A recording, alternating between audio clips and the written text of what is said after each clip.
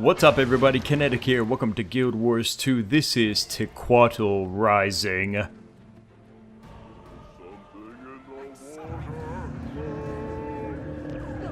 the water. Brothers, sisters, ready yourselves. Tequatl is here. Back to the turret.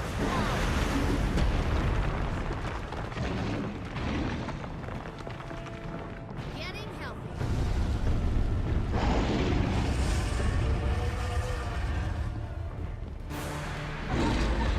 Now at first glance this looks a lot like the previous Tequatl, but let me assure you that it is not.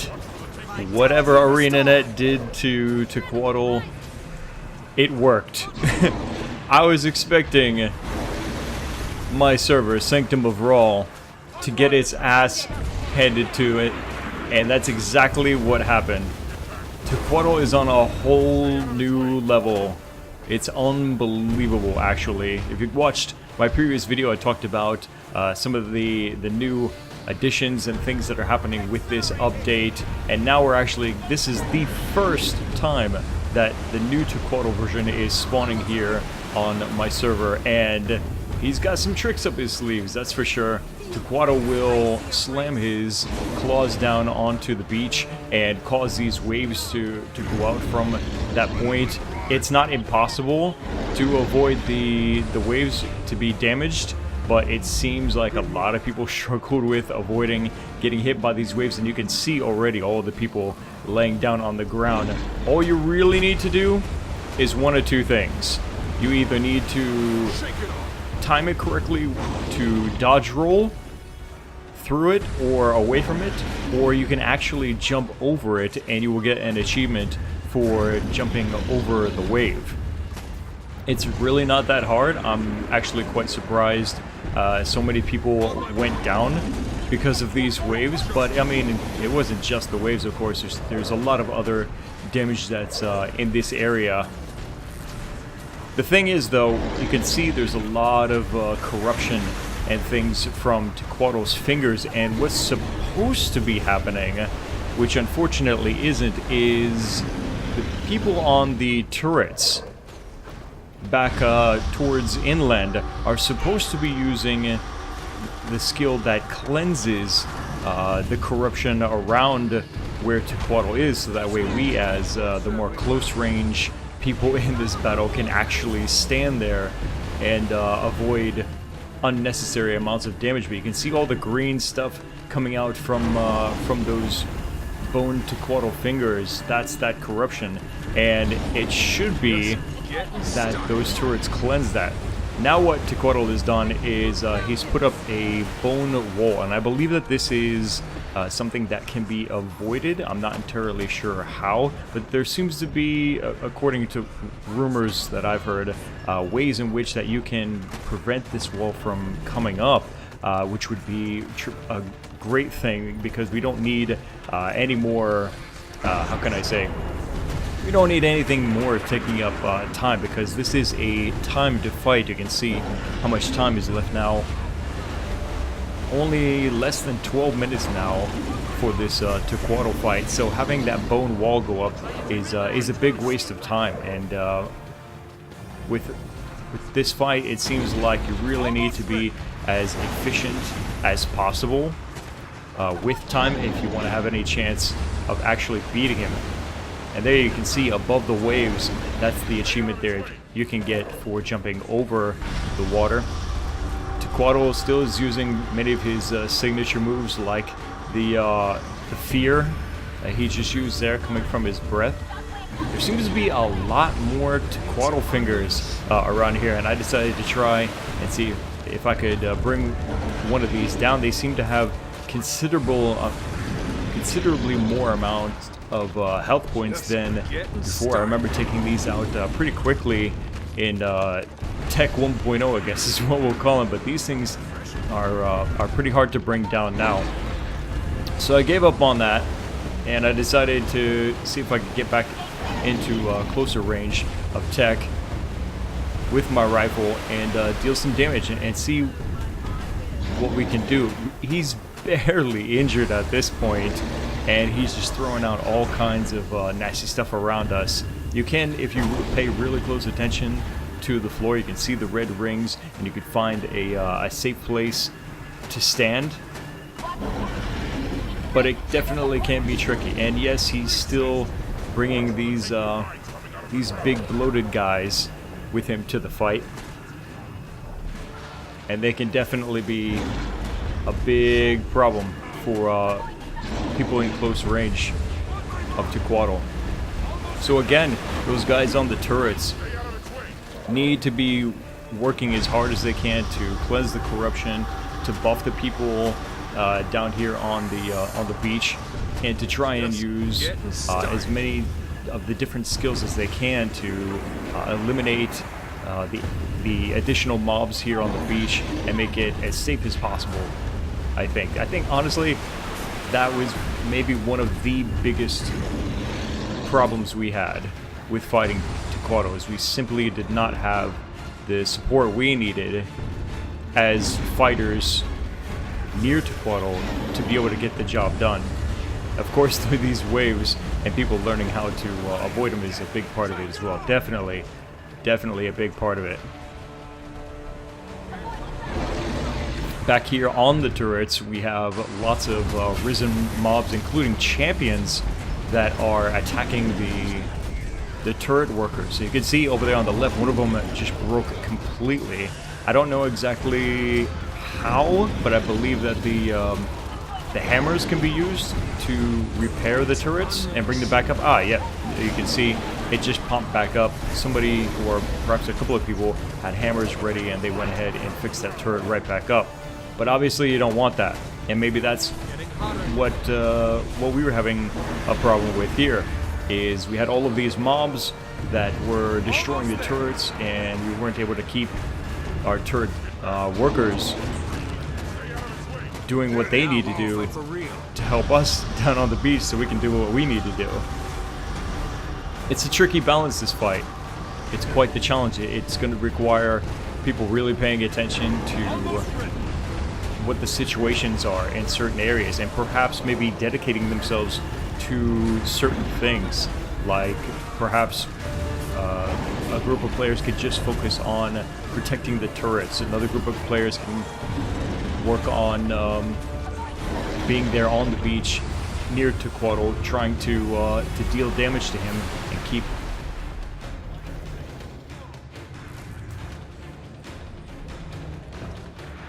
There's lots of different roles I think that players can play in this, and none of them are to be neglected if you want a chance of actually beating Tequatl in 15 minutes.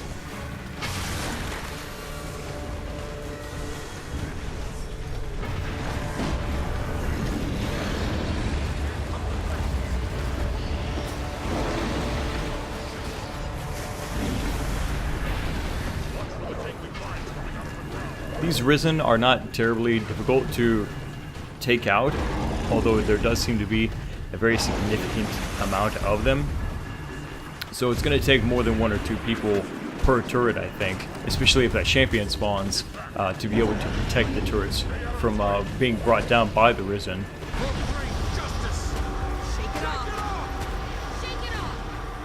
Adrenaline rising.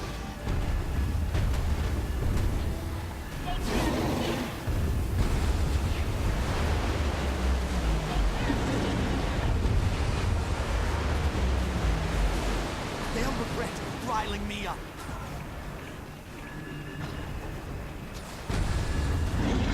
I would actually really like to, definitely the next time that I'm at Tequatl's spawn, I'm going to try and be on the turret and see if I can work it as best as I can and see just how difficult it is to be able to do all of those different things that these turret guys seem to need to do, and hopefully have good protection so that way it doesn't get broken while I'm in the middle of operating it.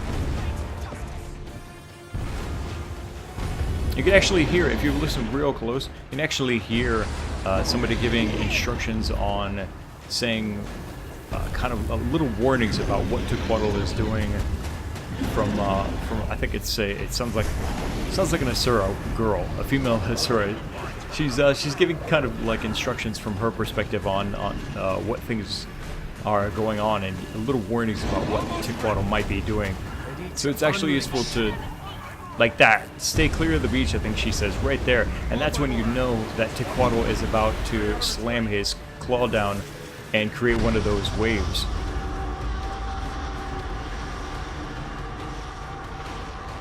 And of course then there's the other guy that's normally been talking during these battles with Tequatl, and he'll say, "Get back, it's about to breathe," or something like that. And that's when you know, obviously, that Tequatl is going to perform his signature breath move, and it's going to cause fear to you most likely. It doesn't seem to affect me every single time. I'm not sure why.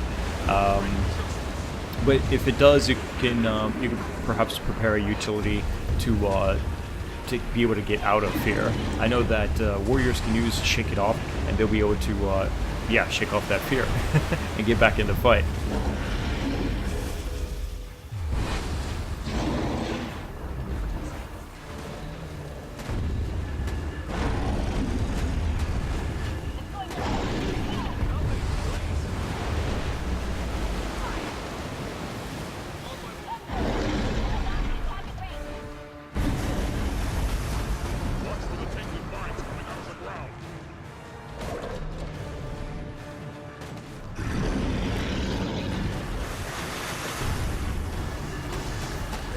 Unleash.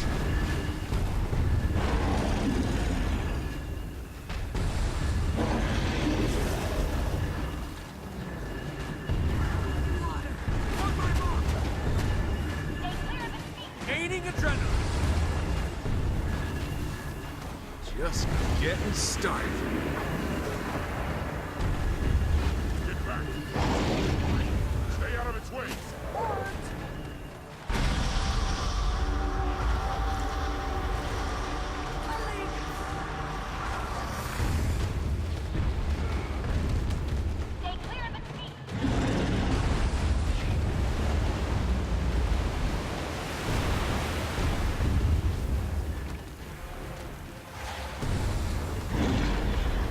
Feel the adrenaline.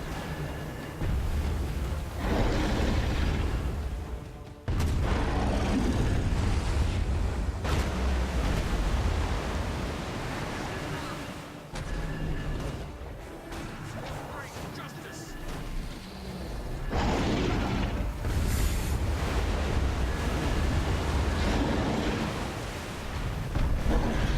Gaining adrenaline. There seem to be these moments too. I'm not sure exactly what's happening with Tech. It's almost like he's tired, or maybe he's concentrating on doing something. I'm not sure what that is, but it's a moment where, kind of like in Tequatl version 1.0, where it seems like he seems to take a significant amount of damage during that time. And as you can see, I got knocked down for the first time. I was right there at the point of impact, it seemed, when he slammed his claw down. For great justice.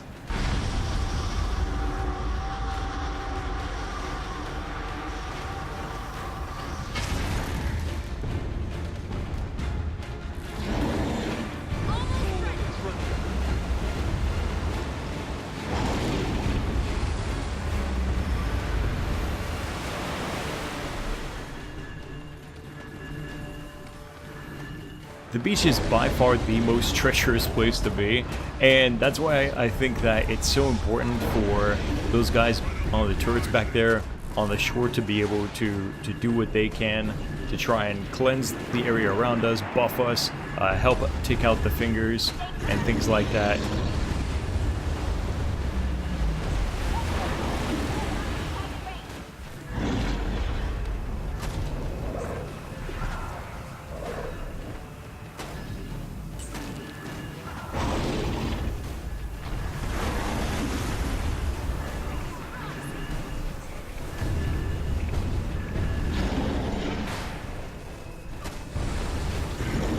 Just getting started.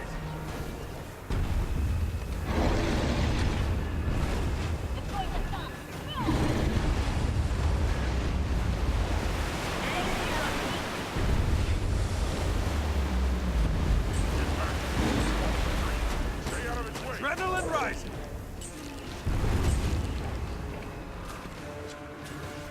Adrenaline surging.